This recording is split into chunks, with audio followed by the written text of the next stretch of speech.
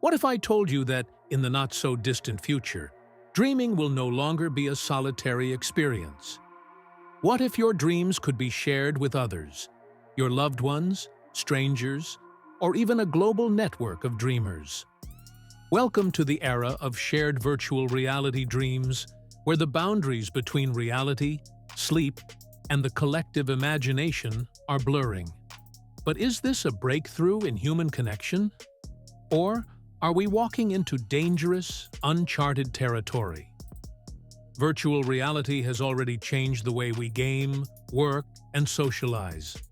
But imagine a world where it extends into our subconscious.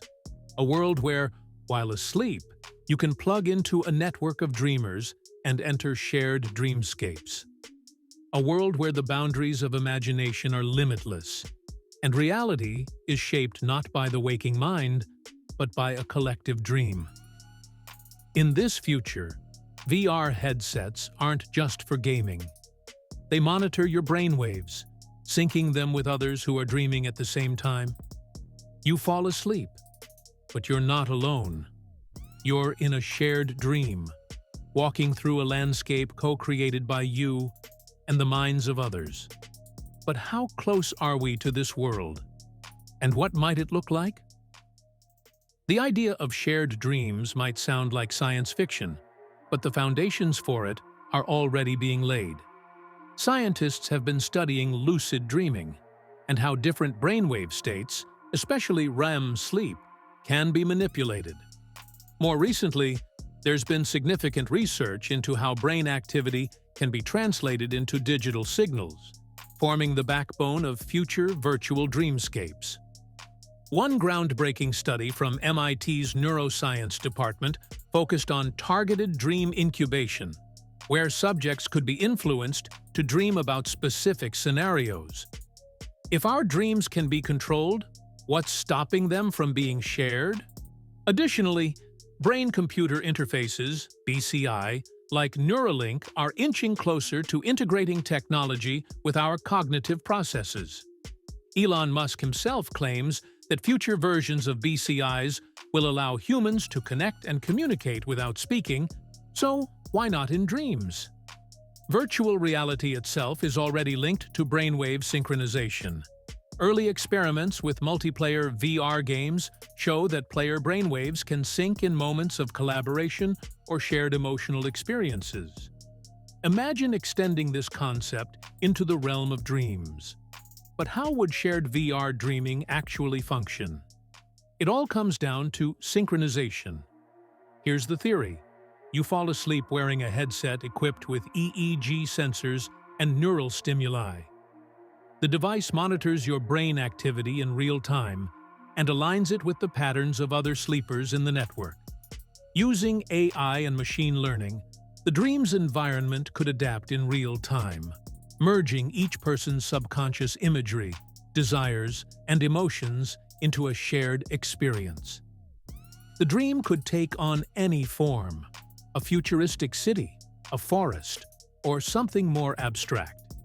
Each dreamer would contribute to the creation of this space. You could meet someone halfway around the world, see their interpretation of reality, or navigate together through their most personal thoughts, all while asleep. It all sounds exciting, right? But with every technological leap, there are risks, especially when it comes to something as personal as our dreams. The first major issue: privacy.